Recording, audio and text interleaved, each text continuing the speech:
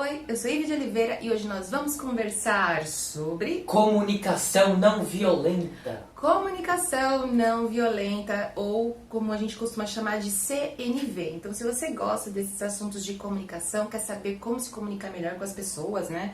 Fazer pedidos, parar de julgar as pessoas, etc. E também de ser mal interpretado muitas vezes. Então, continua assistindo aqui nosso vídeo, porque hoje as dicas são muito legais, certo, Gustavo? Certo. Então, bora começar.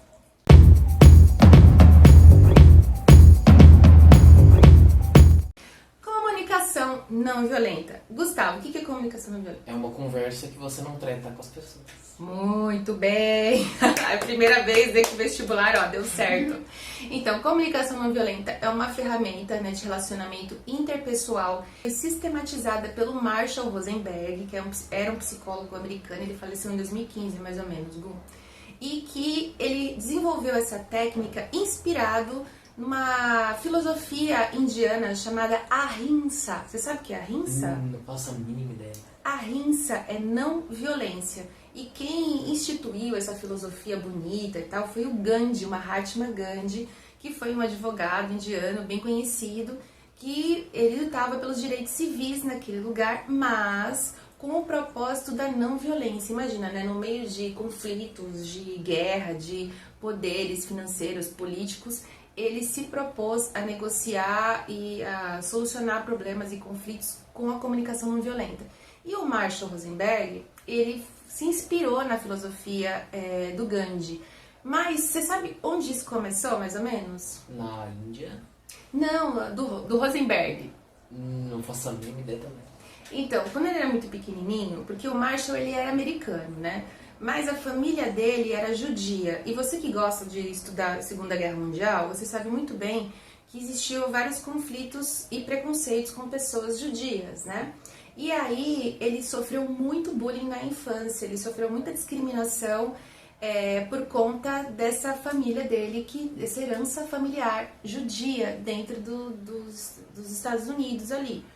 Então, ele, por ter sofrido muito e ter visto muitas pessoas terem sofrido a mesma violência na infância, ele resolveu estudar psicologia. Então, lá pela década de 60, mais ou menos em 61, ele já era doutor em psicologia e ele já inspirado na filosofia do Gandhi, ele já buscava resolver as questões de maneiras mais bacanas, né? Inclusive, ele mediou conflitos em mais de 65 países, inclusive devastados por guerra. Ou seja, é uma técnica muito relevante. E por que eu tô trazendo essa técnica aqui pra vocês? Porque eu gosto de estudar comunicação não violenta.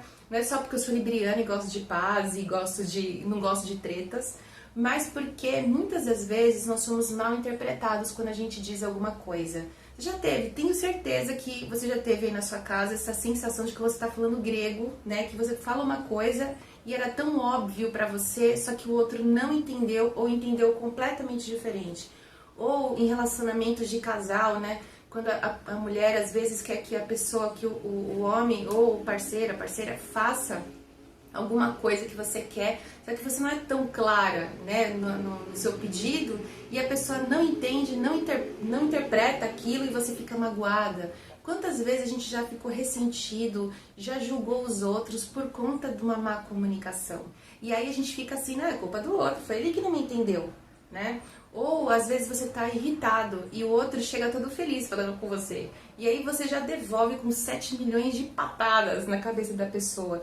Então, como é que o outro que tá chegando vai entender que você não tá no momento feliz, né, para resolver alguma coisa? Então, a comunicação não violenta, ela sistematizou, né, técnicas, então, etapas para você ter uma boa conversa. Eu acho isso útil. Você acha isso útil, Gustavo? Relativamente. Relativamente. Então, vamos ver. Qual é o objetivo, então, primeiro, da comunicação não violenta? Primeiro, gerar empatia. Então é muito importante que a gente consiga. A gente já falou do vídeo de empatia aqui nas últimas vezes que a gente gravou, então você pode voltar uns vídeos aí e assistir esse episódio da empatia. E é muito importante que a gente faça esse exercício de se colocar no lugar do outro, porque do mesmo jeito que a gente tem dores, alegrias, sofrimentos, as outras pessoas também têm. E é muito interessante que a gente desenvolva esse potencial inato que nós temos para podermos também termos uma vida mais harmoniosa, mais colaborativa e etc. Também ela tem o objetivo de ter uma comunicação mais autêntica, ou seja, que a gente seja o mais verdadeiro possível nas nossas conversas. Porque quando a gente é honesto, a gente consegue estabelecer um relacionamento harmonioso novamente. Vou repetir a harmonia acho que várias vezes aqui. Tem uma coisa que muitas pessoas acabam não fazendo quando se propõem a se comunicar melhor, é que elas escondem os sentimentos. Porque se a gente fala às vezes das nossas dores verdadeiras, a gente tem medo de ser julgado, né? Porque é da natureza humana julgar. Então, a comunicação não violenta, ela ajuda a gente a eliminar esses julgamentos, conseguir analisar as situações da maneira realmente que elas aconteceram e não só ficar interpretando as situações do nosso benefício, né? Porque às vezes, por exemplo, aconteceu uma questão social, sei lá, o Gustavo falou mais alto e eu interpretei aquilo como uma violência comigo, só que às vezes para ele não foi uma violência, às vezes foi só o jeito dele se colocar. Então, para não termos conflitos desnecessários, é muito importante que eu, ele, você e todo mundo conheça essa técnica. Então, vamos entender isso direitinho? Ok. Até aí tá claro, né, Gustavo? Sim, Tá. sim. Muito bem. Então, para desenvolver essa técnica, o Marshall Rosenberg, ele criou uma ideia do show do lobo. O que seria o show do lobo? Você tem uma ideia? É o lobo no palco dançando e batendo no tigre. Não, porque o lobo, né, todo mundo gosta de contos de Grimm e tal, contos de Andersen, sempre tem um lobo, né, a Chapeuzinho Vermelho tinha o lobo mau, que todas as crianças gostam, inclusive, e o lobo é mau, né, vamos combinar assim que ele tá lá na violência dele, querendo resolver aquilo no instinto. E aí ele usou o lobo e usou um outro animal, que é a girafa, para poder conversar e resolver conflitos, né, então ele chama de show do lobo. E por que a girafa? A girafa é o animal que tem o maior coração de todos os outros animais. Então, pensando em coração no sentido sentimental, então seria uma conversa com um alto nível de afetividade. E também a girafa, ela é alta, então ela consegue ver a situação, né, lá de cima, que nem a águia, né, ela vê tudo de cima. Então é muito legal quando você está num conflito e você consegue enxergar do alto, porque você vê realmente o que aconteceu. Quando você está no meio da confusão e só enxerga do meio da confusão, você fica perdido, né? Então, por isso, os dois animaizinhos. Para traçar essa conversa, e claro, gente, são etapas dessa conversa, mas não quer dizer que a gente tenha que seguir exatamente esses passos, mas são passos orientadores para que tudo dê certo. A primeira fase é a observação. Então, por exemplo, vamos supor uma situação aqui, para ficar mais fácil. Por exemplo, eu estou muito magoada com o Gustavo porque ele invadiu meu quarto gritando, falando um monte de coisa e eu tava concentrada, eu tava chateada com outras coisas e ele não sabia. E aí eu fiquei profundamente ofendida com ele, tá bom? Vamos combinar assim? E aí você me ajuda aqui nas fases. Beleza. Então, observação. A observação, eu chamo... Não.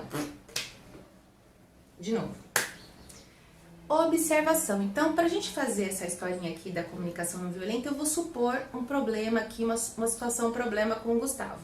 Então, vamos supor que eu estou bem ressentida com ele porque ele entrou no meu quarto, gritando, falando um monte de coisas e que eu interpretei como muito ofensivo para mim.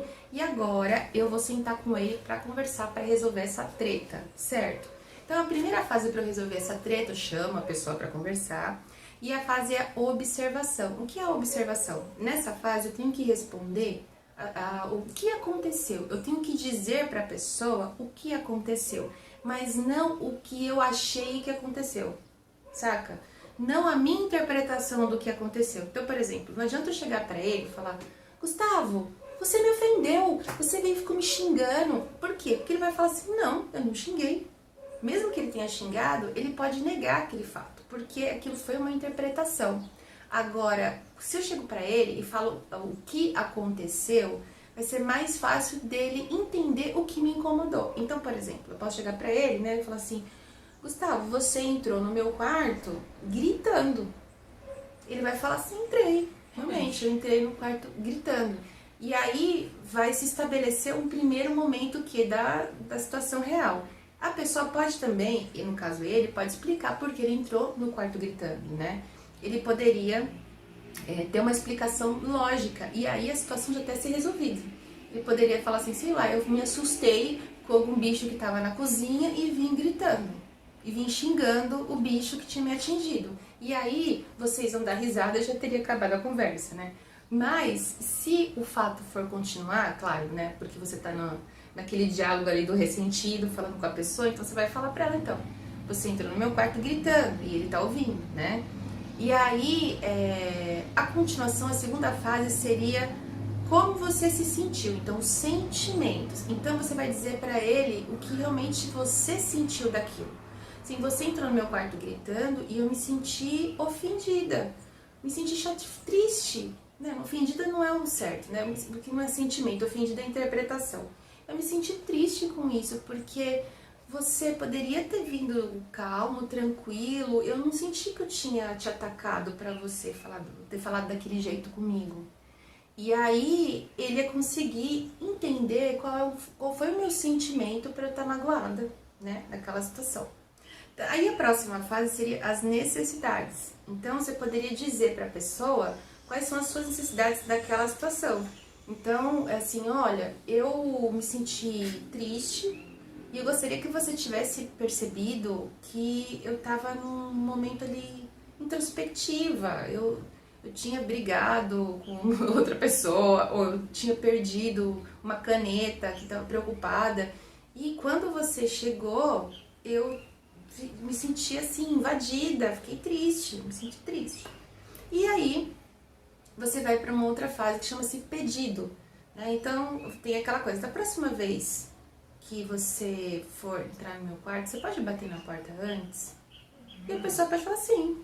Se é isso que você precisa, então eu posso fazer isso, né? Então, assim, é uma suposição do rolê das fases, né? De como a gente pode trabalhar a observação, os sentimentos, as necessidades e o pedido.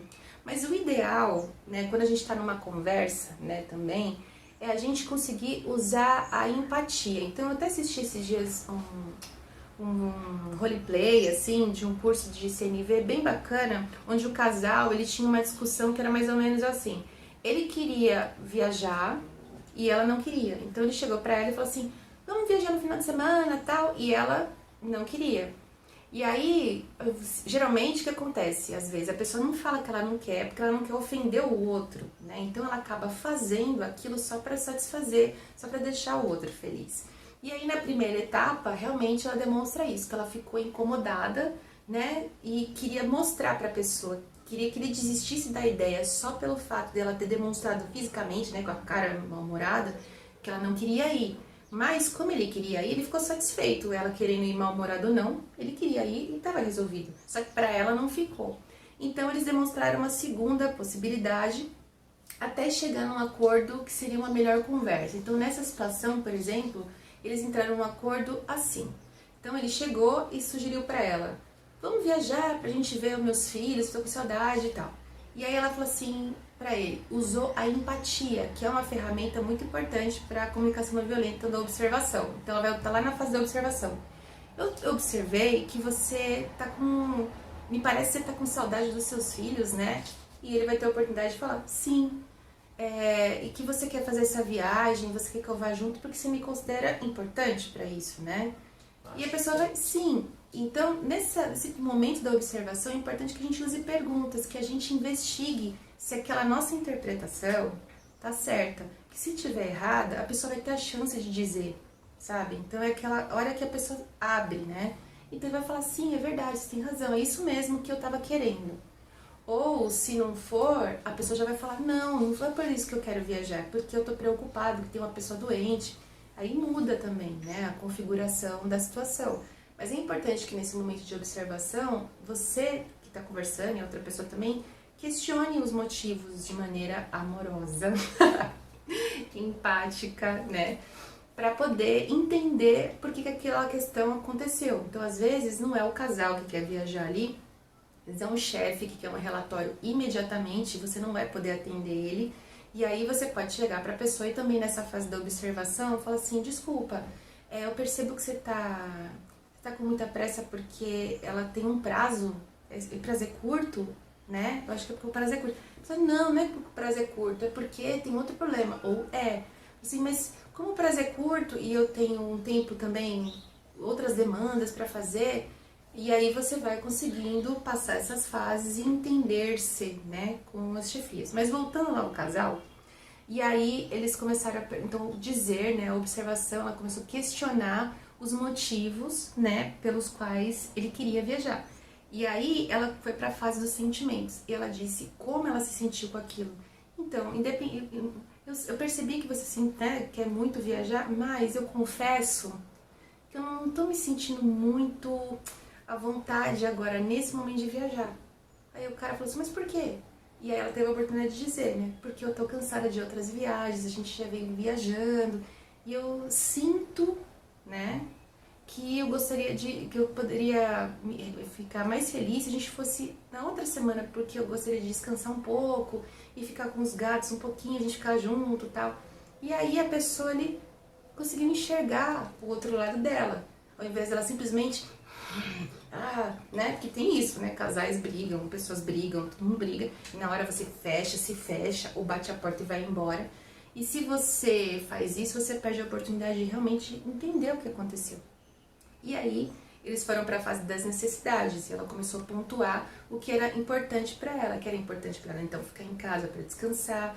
Ele pontuou que talvez realmente ele só queria mesmo por saudade mais, que ele poderia ponderar e esperar um pouco mais, e aí eles negociaram essa situação, ambos com empatia, com autenticidade, com sentimentos, né, no nível da girafa lá, com o coração bem bonitão, bem bonito. E aí ela fez um pedido, então, se poderia ser outra data. E ele falou, tudo bem. E acabou a discussão.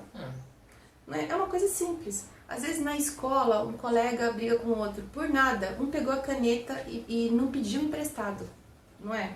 Tem brigas no trânsito, porque um fechou o outro. Ai, Ive, mas como é que eu vou fazer comunicação não violenta no trânsito? Eu vou seguir todas essas fases. Eu não vou conseguir seguir as fases, né? Mas é o que eu digo pra vocês, o importante é, antes de você se preocupar em seguir as fases da CNV, é você, sinceramente, conseguir ter esse sentimento de empatia. Quando você for conversar com alguém, você não falar com aquela pessoa no nível da sua interpretação, mas dizer de fato o que aconteceu. Então, se uma pessoa te fechou no trânsito, você quase bateu, não adianta você chegar e falar assim, nossa, você quase me fez bater o carro. Não, você tem que falar assim, olha, moço, você me fechou naquele farol. E a pessoa fala assim, eu fechei. E aí você não me senti, eu fiquei com medo, me senti com medo, que na hora que você me fechou, eu achei que ia bater o carro. Aí vocês vão ter aquela oportunidade de conseguir entender, às vezes, então, ele vai falar que um outro carro fechou ele, e ele queria proteger, e acabou te fechando pra poder se proteger, e aí vocês vão conseguir resolver a situação de uma forma mais tranquila do que ficar ou gritando, né? Ou indo para as vias de fato, batendo. Então, assim, muitas coisas violentas a gente pode evitar politicamente, socialmente, em qualquer lugar, se a gente tiver empatia, se a gente disser de fato para o outro o que houve, como a gente se sentiu, e o outro também conseguir perceber que o objetivo da conversa não é uma acusação, o objetivo daquela conversa realmente é a solução. Né, uma resolução que fique boa para todos os lados, né? A comunicação não violenta é uma ferramenta para que seja de ganha-ganha. As duas pessoas, as várias pessoas vão ganhar. E onde você pode usar, então, além disso, também na sala de aula, dando aula, né? Porque não adianta você sair berrando com seus alunos porque eles não fizeram uma coisa que eles nem sabem que você queria que eles fizessem, né? Então é muito importante que a gente, independente às vezes de estar falando com uma pessoa por vez, se a gente dá aulas, dá uma palestra e está num contexto maior, que a gente possa ter essa sensibilidade para conseguir de fato, às vezes até se permitir vulnerável, né, dizer a respeito dos nossos sentimentos, para que as situações elas sejam resolvidas da melhor forma possível, porque é possível, né? No final isso, né? É possível. Certo, Gu? É certo, é possível, é isso aí. Você tem alguma pergunta? Quer falar algum assunto? Não. Então é isso, gente. Esse vídeo, então, eu vou tentar localizar essas ceninhas que eu assisti do curso de CNV para colocar para vocês também, para vocês terem noção de como é possível negociar. Também vou colocar aqui no box de informações mais informações sobre os institutos que dão curso de CNV, as escolas de CNV. E testem e me contem depois aqui embaixo como foram as conversas. Inclusive eu vou colocar uma artezinha, acho que não dá pra eles verem, né? Ou dá? Até dá. Eu fiz uma representação gráfica da CNV e é muito bonitinho pra gente poder saber as etapas direitinho. Se vocês quiserem eu posso mandar pra vocês, né? E disponibilizar para vocês seguirem também as etapas dessa técnica maravilhosa que eu gosto bastante, que é a comunicação não violenta. Certo, Gu? Certo. Então, até o próximo vídeo. Um beijo. Tchau, tchau.